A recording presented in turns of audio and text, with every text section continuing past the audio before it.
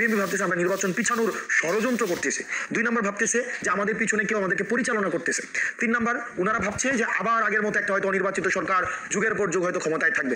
আমরা এই 3টা জায়গায় আমরা নিশ্চিত করতে চাই এটা একটা ভুল ধারণা, কোনোভাবেই এটা সম্ভব না। রাদার আমরা নির্বাচন দেখেন শর্ত সাপেক্ষে আমরা বলেছি নির্বাচন এনি ডে।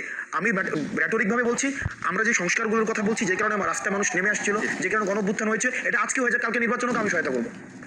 আজকে হয়ে যাক কালকে নির্বাচন হোক, তাহলে হয়ে যাক আপনি এমন একটা নির্বাচন দিলেন, আবারও আগের কাঠামো থেকে নির্বাচন দিলেন, এই নির্বাচনের তো বাস্তবতা নাই, আগে থেকে ডিসাইডেড, রেজাল্ট আগে থেকে ডিসাইডেড। আচ্ছা এখানে মানুষ কেন এই কারণে এই যে আপনারা সামাল দিতে পারবেন কিনা বিএনপির যে অবস্থা আমরা দেখছি, মাঠে ঘাটে কুন্দল, একে অন্যের মারামারি খুনোখুনি বিভিন্ন জায়গায় চলছে, আমি জানি না আপনার এলাকায় কি অবস্থা, সেই সামাল দেওয়ার সক্ষমতা বিএনপির আছে কিনা? ধন্যবাদ আজকের এখন টিভির আমাকে অনুষ্ঠানে সম্পৃক্ত করার জন্য। আমি অভিনন্দন জানাচ্ছি এনসিপির দক্ষিণাঞ্চলের সংগঠক হাসনাত আবদুল্লাহকে।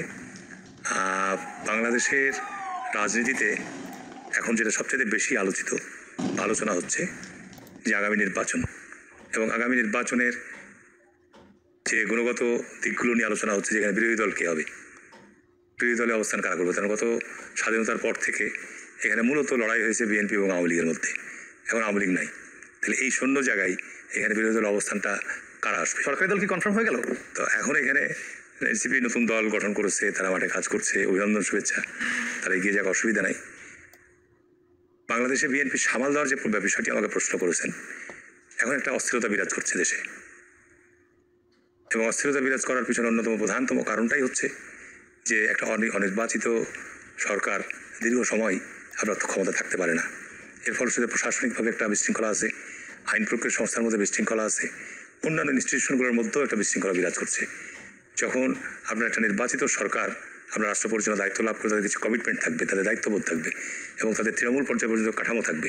এই সমস্ত বিশৃঙ্খলা বা এই সমস্ত জায়গাগুলো নিয়ন্ত্রণ করার জন্য যেমন আইন শৃঙ্খলা বাহিনীর পাশাপাশি দলীয় সংগঠন সেই ক্ষেত্রে ভূমিকা শক্তভাবে রাখতে পারবে। এখন বাংলাদেশের সবচেয়ে জরুরি যেটি প্রয়োজন, যে বাংলাদেশে যত দ্রুত সম্ভব আপনার নির্বাচনী রোডম্যাপ ঘোষণা করে দিয়ে জাতীয় নির্বাচনের দিকে জাতিকে এগিয়ে নিয়ে যাওয়া।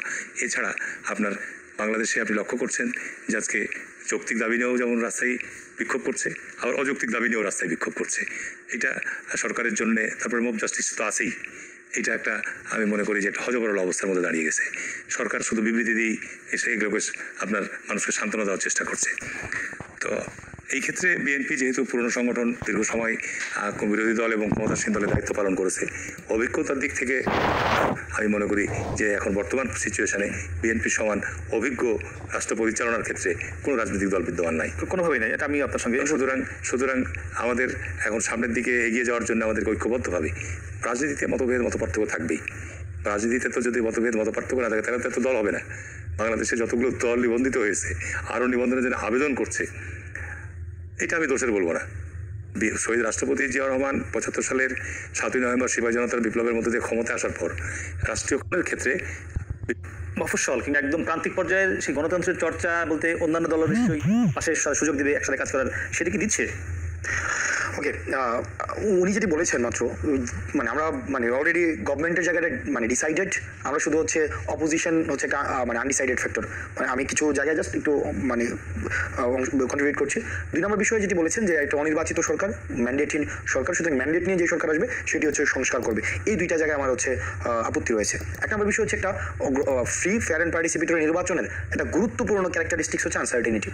আপনি যে নির্বাচনে আগে থেকেই জানবেন যে এই নির্বাচনে কে ক্ষমতায় আসতে যাচ্ছে, যেমন গত 3টা ইলেকশনে উনি আমার থেকে ভালো জানবেন, আমরা পার্লামেন্ট ওনাদেরকে কথা বলতে শুনেছি, তখন আমরা ওনাদেরকে দীর্ঘ 1.5 দশকের বেশি সময় নির্যাতিত নিপীড়িত হতে দেখেছি, পার্লামেন্টের বাইরে ওনাদের আমরা নির্যাতিত নিপীড়িত হতে দেখেছি, ওটা আমরা দেখে বড় হয়েছে। তো সেই জায়গা থেকে আমাদের থেকে ওনাদের অভিজ্ঞতা বেশি, ওনারা ইতিহাসের অংশ, ফেসিবাদ বিরোধী ইতিহাসের অংশ। সেই জায়গা থেকে দেখেন আমাদের বিগত যে ইলেকশনগুলো হয়েছে সেগুলো কিন্তু আমরা আগে থেকেই ফলাফল নির্ধারিত ছিল, এবং বিরোধী দল কে হবে সেটাই নিয়েই কিন্তু নির্বাচনের আগের 1.5-2 মাস হচ্ছে আমাদের যত অ্যাক্টিভিটি ছিল বিরোধী দল নিয়েই, ভারতে যাওয়া, ভারত থেকে আসা, বা এই যে অ্যাম্বাসিগুলার দৌড়ঝাঁপ করার এই বিষয়টি সিমিলার একটা রিফ্লেকশন এখন আমরা দেখতে পাচ্ছি। 2 নম্বর বিষয়, এটা এই গণঅভ্যুত্থান পরবর্তী সময়ে এই 71 পরবর্তীতে যদি কোনো গভর্নমেন্ট সবচেয়ে বেশি মানুষের সমর্থন নিয়ে আসে, হ্যাঁ গভর্নমেন্ট কতটা সাকসেসফুল হয়েছে কি হয় নাই সেটা ডিফারেন্ট ডিসকাশন, সেই ডিসকাশনে পরে আসছে, কিন্তু সবচেয়ে বেশি জনসমর্থন নিয়ে যদি কোনো সরকার এসে থাকে সেটা হচ্ছে অন্তর্বর্তীকালীন সরকার। এখন অন্তর্বর্তীকালীন সরকার এটাকে সুযোগ থেকে কাজে লাগাতে পেরেছে কি পেরেছে না সেটা অন্য একটা ডিসকাশন। এই সরকারকে যখন থেকে বলা শুরু হয়েছে অনির্বাচিত, ম্যান্ডেটহীন, তখন থেকেই এই সরকারের আসলে লেজিটিমেসি নিয়ে হচ্ছে ইন্টেনশনালি, আমার কাছে মনে হয়েছে এটা ইন্টেনশনাল একটা প্রশ্নবিদ্ধ করার বিষয়। কারণ আমরা গণভ্যুত্থানটা হয়েছে যে কারণে তাদেরকে রাস্তায় নির্যাতিত নিপীড়িত হতে হয়েছে, কথা বলতে পারেনি বা আমাদের বাক স্বাধীনতা ছিল না, যে কারণে একটা অংশগ্রহণমূলক নির্বাচন এতদিন পর্যন্ত হতে পারেনি, সেগুলো ঠিক করে একটা অংশগ্রহণমূলক নির্বাচন করার কাজ নিয়ে দায়িত্ব নিয়ে কিন্তু সরকার এসছে। এখন এই আলোচনার একটা খুবই গুরুত্বপূর্ণ অংশ, আমরা যখন বলছি যে একটা গ্রহণযোগ্য অংশগ্রহণমূলক একটা নির্বাচনের জন্য যেই ধরনের কনটেক্সট প্রয়োজন, যেই ধরনের সিচুয়েশন প্রয়োজন, এটা যেন এই অন্তর্বর্তীকালীন সরকার করতে পারে, সেজন্য আমাদের অন্তর্বর্তীকালীন সরকারকে সহায়তা করা প্রয়োজন। এখন আমরা একটা অংশগ্রহণমূলক নির্বাচন কিভাবে করতে পারবো? আপনি দেখেন, যদি বিদ্যমান ব্যবস্থাকে ঠিক রেখে আবার আপনি একটা নির্বাচন দিতে যান, তাহলে হাসিনা শাহীর ক্ষমতার সাথে আমাদের পার্থক্য থাকে। আমাদের এই ইনস্টিটিউশনগুলোকে রিফর্ম করতে হবে। আমাদের যদি দেখেন প্রশাসন গত 15 বছর একটা অংশগ্রহণমূলক নির্বাচন করার কি অভিজ্ঞতা আছে? আমরা যেন ওসি ভোট করে দিছে, এসপি ভোট করে দিছে, ইউনি ভোট করে দিছে, আমরা যেন মিডনাইট ইলেকশন হয়েছে, পুলিশ এই একটা নিরপেক্ষ নির্বাচন করার কোনো অভিজ্ঞতা নাই, মাঠ প্রশাসনে নির্বাচন করার অভিজ্ঞতা নাই। নির্বাচন কিভাবে? এখন আমরা যদি ওই প্রশাসন দিয়ে আবার হচ্ছে একটা নির্বাচন পরিচালনা করি, এখন আমাকে প্রশ্ন করতে পারেন যেটা কি চিরন্তন কি সংস্কার প্রক্রিয়া কতদিন ধরে চলবে? হ্যাঁ, এই জায়গায় আমি হচ্ছে একমত যে চিরন্তন তো সংস্কার প্রক্রিয়া চলতে পারে না। যত দ্রুততম সময়ের মধ্যে প্রয়োজন আমরা এই রাজনৈতিক দলগুলো, ফেসিবাদ বিরোধী যে রাজনৈতিক দলগুলো আছে, আমাদের উচিত অন্তর্বর্তীকালীন সরকারকে প্রেশার ক্রিয়েট করা যে যত দ্রুততম সময়ের মধ্যে সম্ভব একটি নিরপেক্ষ অংশগ্রহণমূলক একটি নির্বাচনের সিচুয়েশন আপনি ক্রিয়েট করেন, দেন হচ্ছে আপনি নির্বাচনটা করেন। এখন এটা অলরেডি একটা রোডম্যাপ দিয়েছে, উনি যেটা বলেছেন যে রোডম্যাপ দেয়নি বিষয়টি, তো অলরেডি একটা রোডম্যাপ দিয়েছেন, ফেব্রুয়ারির কথা বলেছেন, এপ্রিলের কথা আসছে, এর বাইরে তো নির্বাচন যাওয়ার সেই নির্বাচনের জন্য যিনি বলছেন যে গণতান্ত্রিক ভাবে বিএনপি গণতন্ত্র চর্চা করে, সেটি কি প্রান্তিক পর্যায়ে আছে? অন্যান্য দল বিএনসিপি, জামাত, তাদের সঙ্গে বিএনপি আচরণটা করতে? Unfortunately no. আপনি যদি দেখেন, আমি আমার এলাকার একটা কথা বলি, আমার এলাকা কুমিল্লা দেবিদ্বার। আপনি যদি কুমিল্লা দেবিদ্বারে দেখেন, আমরা গত 15 বছরে যাদেরকে বিএনপি দেখছে, নির্যাতিত নিপীড়িত হইতে দেখছে, এলাকায় ঢুকতে পারে নাই, এখন দেবিদ্বারে ওই মূল বিএনপি থেকে, যারা থেকে বিএনপি থেকে আরো এখন বড় বিএনপি দাঁড়াই গেছে। এখন বিএনপি নেতার কর্মীর ওখানে মার্জিনালাইজড, এখন বড় বড় নেতা কর্মী বেড়ে আসছে যাদেরকে 15 বছর আমরা দেখি নাই।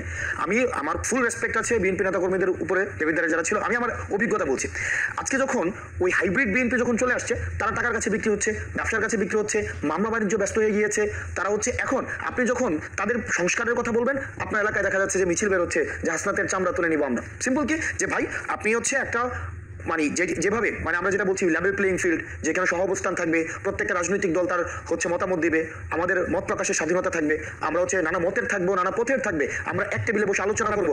যখনই আপনি গঠনমূলক কোনো ধরনের আপনি কথা বলবেন, যেমন আমি বলেছিলাম কি যে দেবিদ্বারে আওয়ামী লীগের টাকা এখন বিএনপির রাজনীতি চলে, এটা আমি বলছিলাম।